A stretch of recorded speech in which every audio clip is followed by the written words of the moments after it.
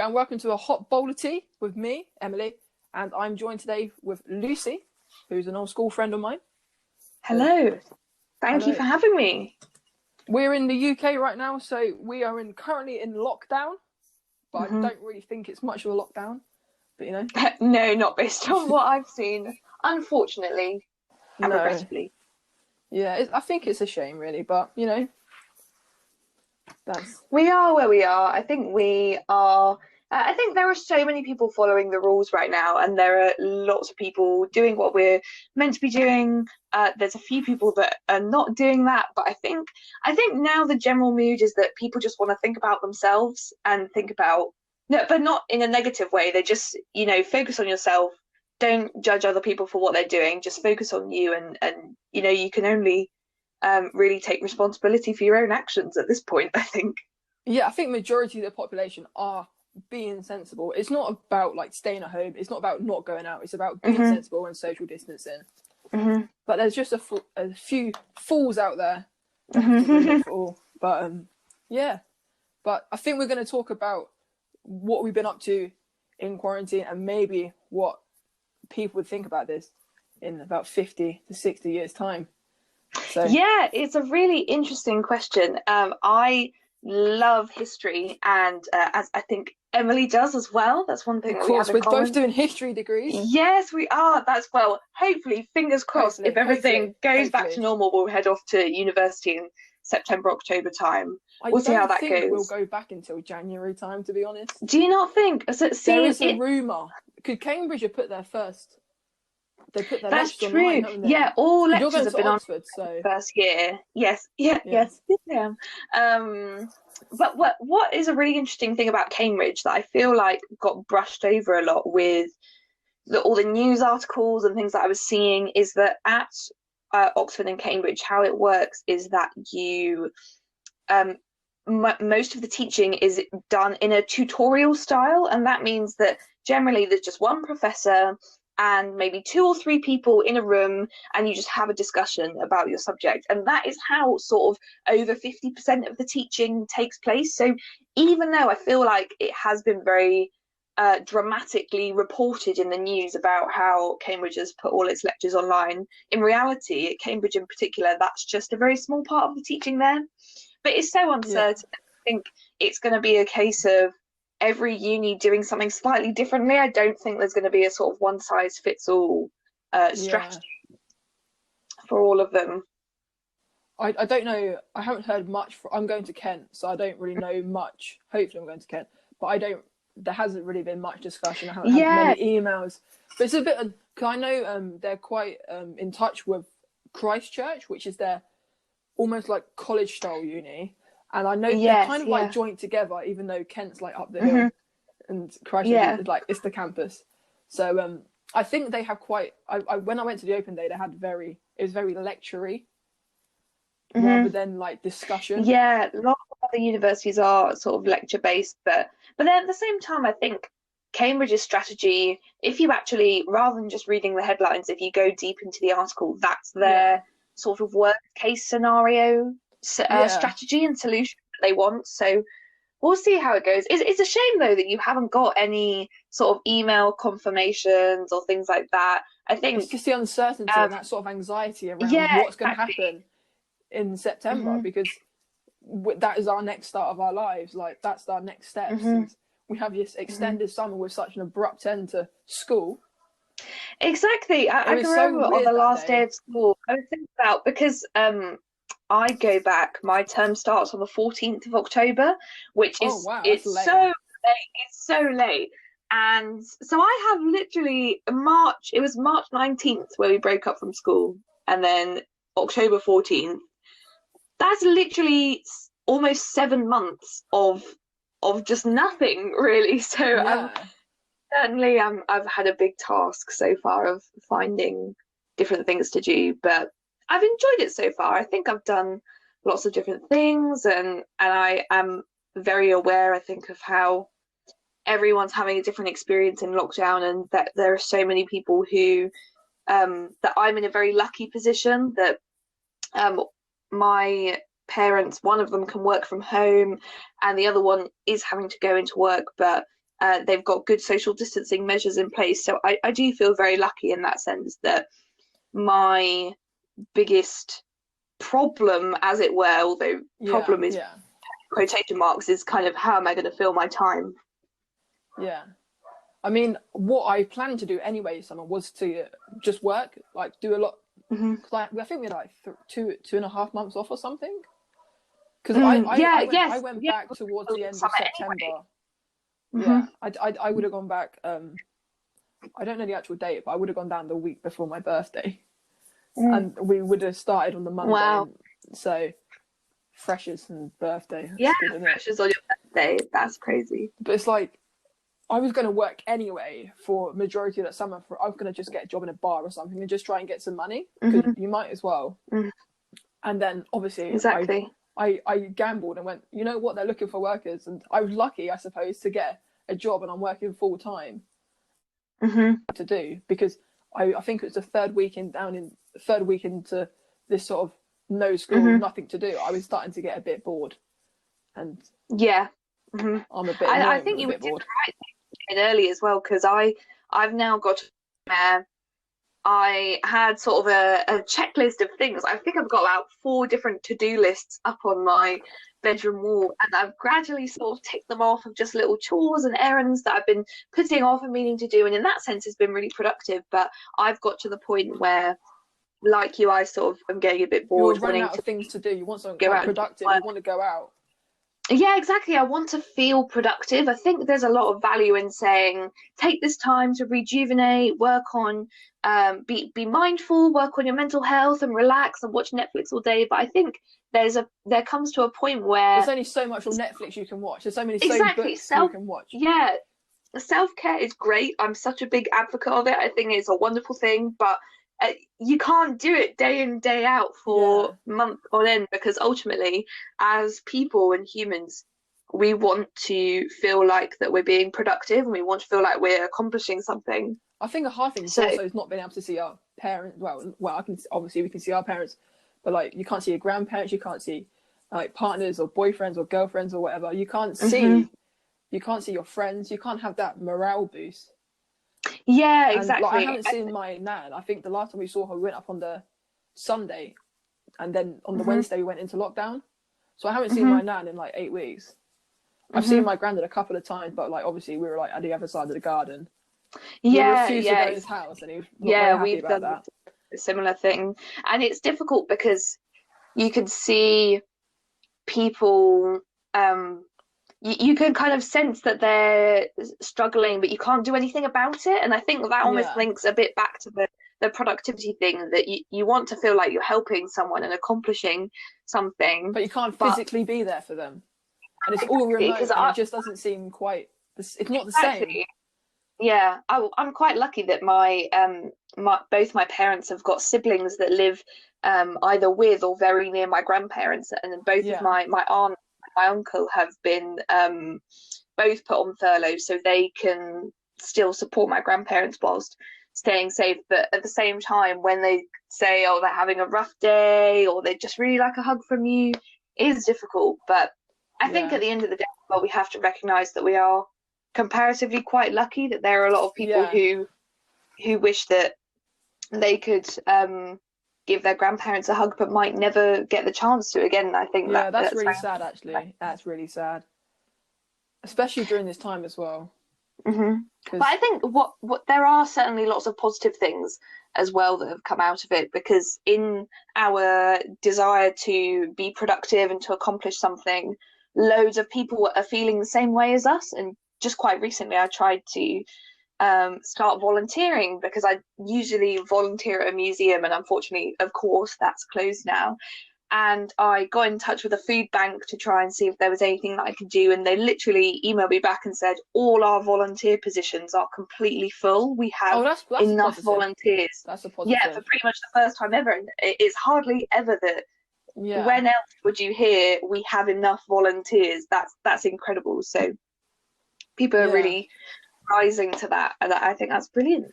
I think there's also something you have to look forward to, or be able to go and do this, or you might take an extra, you appreciate something a little bit more, actually going out and just having a coffee with your friends or something like that. I think that's something to want to do and have that sort of positive sort of future.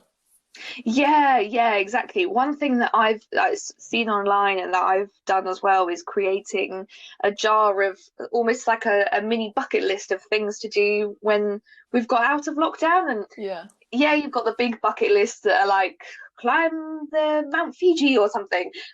But this bucket list is just little things like go and sit in Starbucks with my boyfriend and have a cup of coffee and go and see my I will honestly the thing we'll do is go see Tom, let's face it.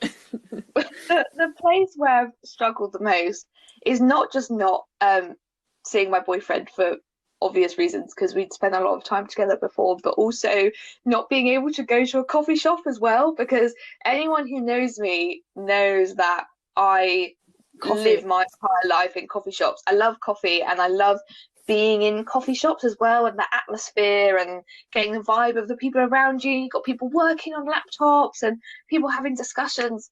I just think they're brilliant places. And before this, I was not a house bug at all. If it got to 4 p.m. and I hadn't left my house, I would just go out just for the sake of, and generally would go to a coffee shop just for the sake of getting out.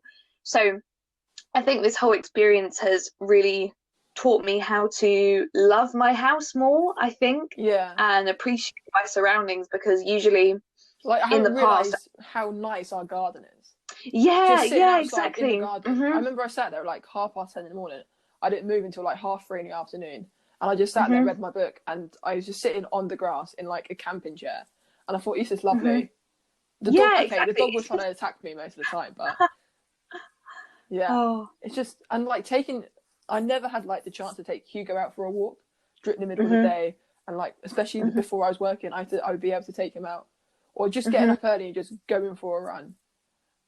But you know, exactly, they're little things that we never got the chance to do. Unfortunately, I can't take my fish out for a walk. We haven't, but we have been bonding a lot more in this time than we were previously, because before I hardly saw her, and now we see each other all the time. I feel like we've really connected on a new level. I feel like we've started our relationship again.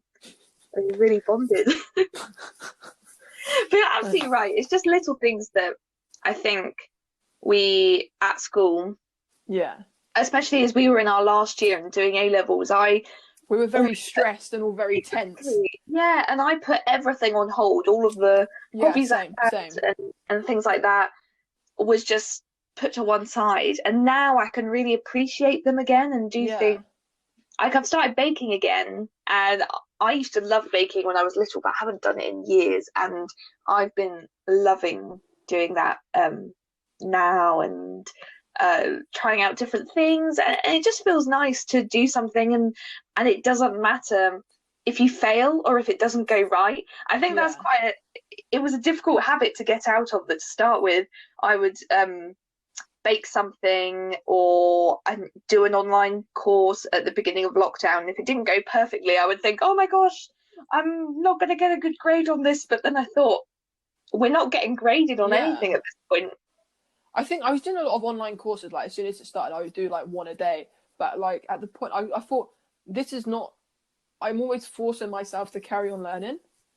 Like, why can't I? Okay, I'm choosing what I want to learn. But at the end of the day, why can't I just take a step back and actually do what I enjoy and actually be more productive? This is where this podcast come about, because I started listening to podcasts in the last year or so, and I just can't, and I just started to listen to them more, and I realized this is something I really wanted to do. I'm actually quite interested in like photography and media, and that's like awesome.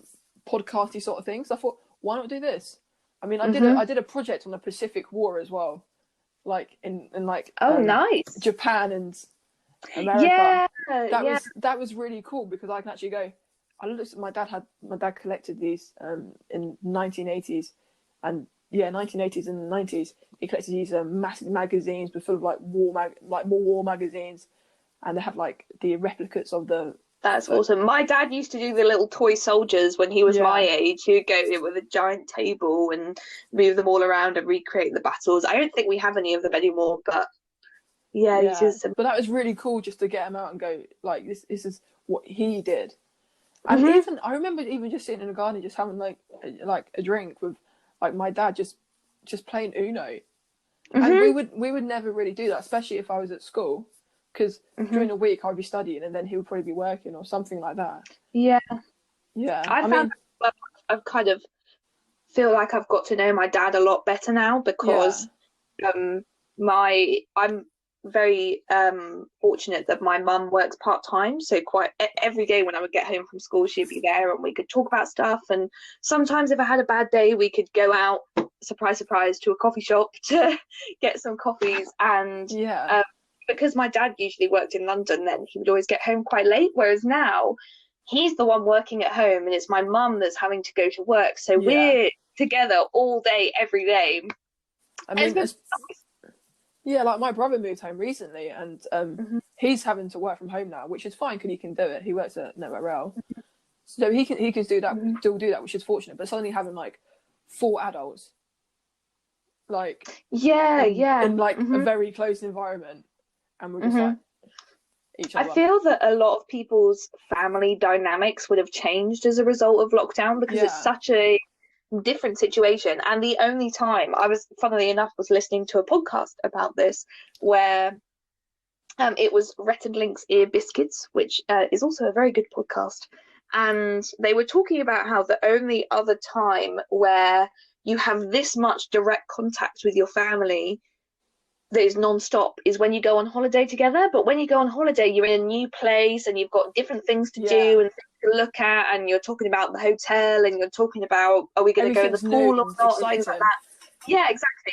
So that kind of distracts you from the fact that you're in constant company with your family, which doesn't usually happen. And now we're in constant company with our families and but we're just at home in a completely normal environment. So I think I actually feel like I see my dad less now, which is really weird because of how his shift patterns are. His like 2 days, 2 nights, 4 off, and especially because of his job. Yeah, and my mum's she works for the NHS as well, but she works part-time. But her things have changed as well, so I'm seeing a lot more of my mum, in a way, but seeing less of my dad. But then even though his shift patterns haven't changed at all, but I don't know if it's just because I'll come home at like 6:20, time I finish working and get home, and then he would already gone to work, and then the time I get up in the morning, he's already in bed, or I won't see him again until I come home later in that day. And could he work like 12-hour really interesting shifts? So I mean, it's not a desirable job. Respect for your dad and all the other NHS workers and paramedics and workers in the hospitals.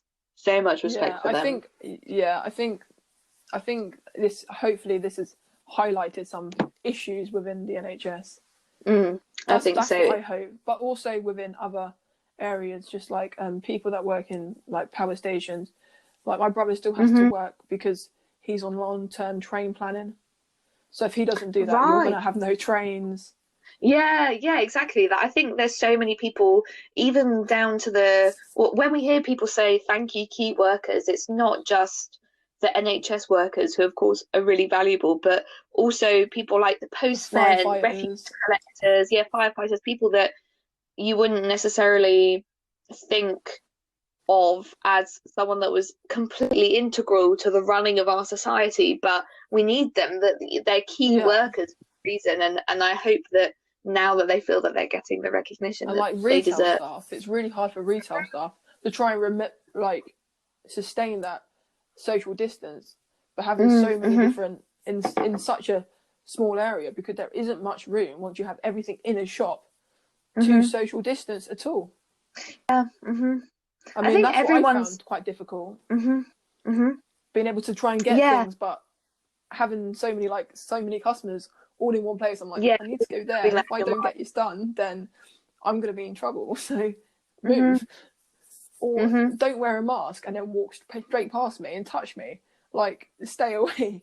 Yeah. Everyone's having to react to it in different ways. I think one of the things that I've noticed, even just from us talking about how our different family dynamics have changed, and about how you've different workers, retail workers, key workers have found the situation, has shown that everyone is going to have a completely unique experience depending on what your parents do, what you do, whether you've left school, whether you're at school, and things like that. Because on the one hand, it's completely correct to say that we're all in this together and that it's a team effort, but at the same time, every single person is going through a really unique experience, and I think that's 100%. Yeah. Mm-hmm. I mean, for me, like, things haven't really changed much, because I knew as soon as I finished school, the only difference is that I know that I will probably get given the grade that I need to get into Kent, which is I'm thankful for. So there's no need for me to stress too much about it. So for me, I'm just like, I'm chilling. I've got nothing else to do. Yeah. Like, go out, get a job, get some money, and that's literally what my plan was anyway. So it's almost like my plan's been brought forward. Yeah. Or will it get delayed if we don't go to uni till later, or whatever the case. But I think the key, I think we just need to still don't be too complacent, because I think Yetvarri can still come and bite us back on the ass, to be honest. But I think we just need to take each day as it comes and stay alert. Don't know what that means, but stay alert. Stay alert. Oh, stay alert. Definitely. Don't know what that means. But yeah. But what do you think people would think about this in the next 50 years' time? I mean, hindsight is an amazing thing, but... Yeah, that's the thing. I think that not just with coronavirus, but with every historical event, one of the big challenges of historians is how much hindsight do you apply. That there's a reason why people say hindsight is a wonderful thing and we can use it to say this, because I think people will certainly criticize. There's always loads of criticism in history afterwards, after the event. Easy to use your hindsight and look back and say, yeah, I would have done it differently, I would have known better. So I think we're certainly of government policy. But that's already started now, hasn't it? Yeah, exactly. But the moral of the story is that criticism happens all the time and is everywhere. It's not very... Without criticism, we wouldn't be very good people. Well, yeah, absolutely. I think it would be... There's going to be useful and unuseful conclusions that can be made and criticisms that can be made, because on the one hand, it will probably be quite frustrating to look back on if you get historians in 50 years' time saying crazy things like the entire population failed to social distance and it was a complete disaster. That will be a frustrating criticism, because of course we know that lots of people are trying their best. But on the other hand, if they really... That's a very biased criticism. Yeah, exactly. But on the other hand, if we really scrutinise government policy and with the benefit of hindsight, you can look at trends as to all the different countries, what they did, what happened, then that will help us for the next time a crisis comes around that will be like this. Well, hopefully there isn't the next time. No, hopefully. But yeah, hopefully, but it's inevitable, isn't it? Every 100 years, don't they predict? Yeah, definitely won't be. The swine flu pandemic was gonna... Luckily, I think this is... Thankfully. Well, it would be the end of it. It would be at the start and at the end of it. Bloody fantastic that is. Like, Jesus. Definitely. I wonder for when we look at in 100 years' time or in 50 years' time, what history books have we got about the coronavirus? How much are they going to focus on the people and the individual stories? Because having read lots of different history books and studied different periods of history, there's always a lot of emphasis on the politics and the economics, and that can be a really good thing. But what's often ignored is the stories of the individuals and of the normal people. Yeah, like the sociology behind it. Yeah, exactly. And I think what we've seen during this crisis and pandemic is the bravery and the initiative of individuals, not just the key workers, but also people putting rainbows in their windows and clapping for the NHS and things like that. The experience of the ordinary citizen is an integral part. Sort of that revolutionary come together spirit. Yeah, exactly. And that's the kind of thing that doesn't really get reported or looked back on that much in history, I don't think, about what the individuals are doing. I mean, I think definitely, I think they would focus more on what changed afterwards. Yeah, absolutely. Rather than what's changing now, because at the minute nothing is changing. But maybe, like, you saw it for example, in World War II, after they had the Conservative government, and obviously then it moved to more a left. Absolutely, I wouldn't be surprised. Society. Will this change? I wouldn't.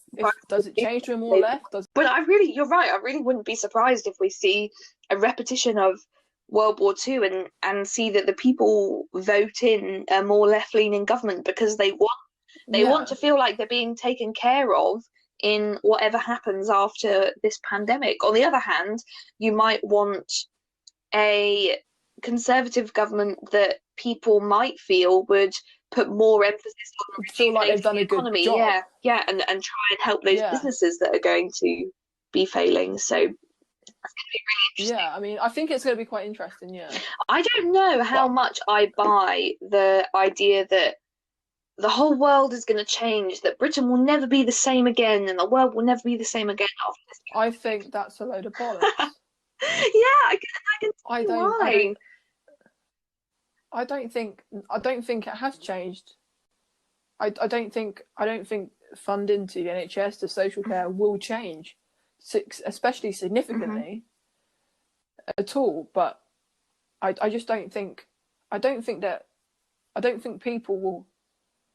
As soon as this is over, people will just go back to their normal lives, their normal self. Yeah, and I think that there's maybe a pessimistic view, but as soon as social distancing ends, all of the little things like being able to see your parents or grandparents and going to a coffee shop, going to a restaurant or the pub, going to the shops, all of those little things that we are being so grateful for now and that we are missing so much will probably be taken for granted again, because we are going to adjust back to, I mean, we don't look back on, our generation doesn't look back on World War II and think, wow, I feel so grateful that we don't have rationing, because they did have rationing in 1945. Yeah, exactly. I think as soon as, certainly in 50, 100 years' time, there won't be people feeling grateful for those little things. But even in 5 years' time, I think this will all be very distant in the past, and I think it's almost a chapter will close and will return to normal, for better or for worse. I mean, like, this is a personal dig of mine, but I don't like how people are comparing it to World War II, because this is nothing much like a war. Exactly. Like, we've had a lot of elements of our freedom taken away, and things we take for granted. Okay, I'm grateful we don't have to sleep under, like, in the undergrounds, which I'm grateful for, but having to walk down the street and might have, like, a bomb hit us or getting shot, like, it's not, or like that threat of invasion, it's nothing like this. This is completely different. It's still a peculiar sort of unknown thing that's going to happen, and similar to like a war, it's not normal in a sense, but it's not, I wouldn't say it's something to compare it to, because every experience is unique, because you can't compare World War I to World War II, really. I think because they're two very different wars. They're so different, but I think that's, people naturally want to try and compare things to try and better understand it, because I think one of the problems we're seeing now is that this crisis is unlike anything we have ever seen. When else in history have entire populations been asked to stay at home, stay 2 meters away from each other? There is nothing to compare it to, and therefore I think that makes it difficult for people to fathom in a way, and therefore they do want to try and compare it to something else to try and maybe relate to people in the past and maybe feel like they're less alone. But you're absolutely right. Even that bit of optimism of going, we will get through this, because obviously we got through World War II, we got through the Cold War, we got through World War I. Like, even getting through those things, it's like there will be an end. But they didn't know when that will be. No. But obviously in hindsight, we know obviously there is an end. But when that will be, but there is a chance that I think we can't be too complacent though, because if we open pubs or restaurants too quickly, open schools too quickly, like if we release things too quickly, then evidently and naturally there will be a rise, and we'll be back to square one again. And we can't be too optimistic about this, and we still need to be very careful, even in 2 or 3 months' time. Even if it has been lifted completely, we still need to be super careful right up until December time. Absolutely. Really. And I think that's something that historians will focus on in the future, is look at those different trends when and how countries decided to get out of it. And I think because, like we just said, people do like to compare things for better or for worse. I think in the future there will be a lot of comparison, even not just by historians in 100 years, but in 5 years, 10 years, people will be looking at it. And I think that can have benefits because it will tell you who's been the most successful. But equally, I think there is a risk of it sort of turning into a competition. I saw recently that President Trump's already received criticism for appearing to look like that the coronavirus is some kind of competition and we're going to see which nation is going to win. But I think we can't make it about that. You can't beat death, exactly. Can you? You can't beat it's unfair on those who have died and those who have suffered to make it into almost a clinical arms race of who's going to beat this virus first. And I would hope that historians in the future would look at the positive things, look at the way that we changed our lives and the way that we came to each other's aid as a source of analysis and evaluation, rather than seeing this entire experience as just one big competition. Yeah, I mean, that's a very business mindset as well, which obviously Donald Trump is a businessman rather than a politician as such. I think he might disagree with you there, but I have to agree to some extent. I mean, he just isn't. That's how I feel about Donald Trump as well. I think I just am lost for words. Not there, is he? Would kind of maybe just put one or two sentences in the textbook or in their book about those people, but would also show the balance side, that there are plenty of people who are saying stay at home, follow the rules, and unfortunately there's a minority who are protesting. Yeah, I think we haven't united as like a world. Absolutely. A week into lockdown or something, and something come about saying Italy said that if we don't lock down, we're going to have the trouble they had. And look at them, and like they go, oh, it's going to strike, and a virus. Viruses normally come about in like cold sort of regions now. But look at Spain; it's like the summer, exactly, and like they had massive death toll.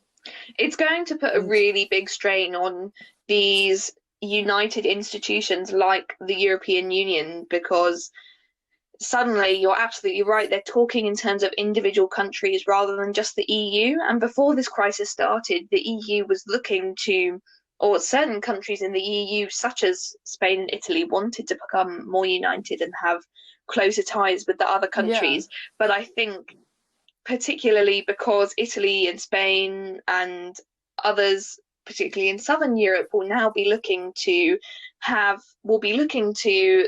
northern countries like Germany and the Netherlands, who haven't suffered quite as bad, to help them with their post-coronavirus reconstruction. But Germany and the Netherlands don't seem to be too keen on that idea. So I think that will definitely, and is already causing some divisions in Europe. And if there are certain more prosperous countries who want to distance themselves for those who have got large death tolls and even larger debts, then that could put a serious strain on the connections within the European Union and its unity. there will be a lot of I always feel like there has been quite a lot of tension anyway within Europe, and then this has thrown in a curveball.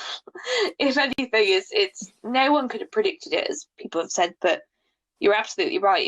Europe was already had some disagreements about certain things, and this has thrown a whole spanner into the works. So I think going back to the question of history, it will be interesting to see how coronavirus sits within the larger history of the entire world and how it fits in the narrative. Yeah, I think because it's quite a short period of history, really, and I think it'll be quite interesting to see how things will change afterwards, and how they sort of view and see it, and almost their opinions on maybe should they done this, should they have done this better, should they have not done this, and that sort of thing. I think the country will probably produce its own history. I would be very interested to see how different.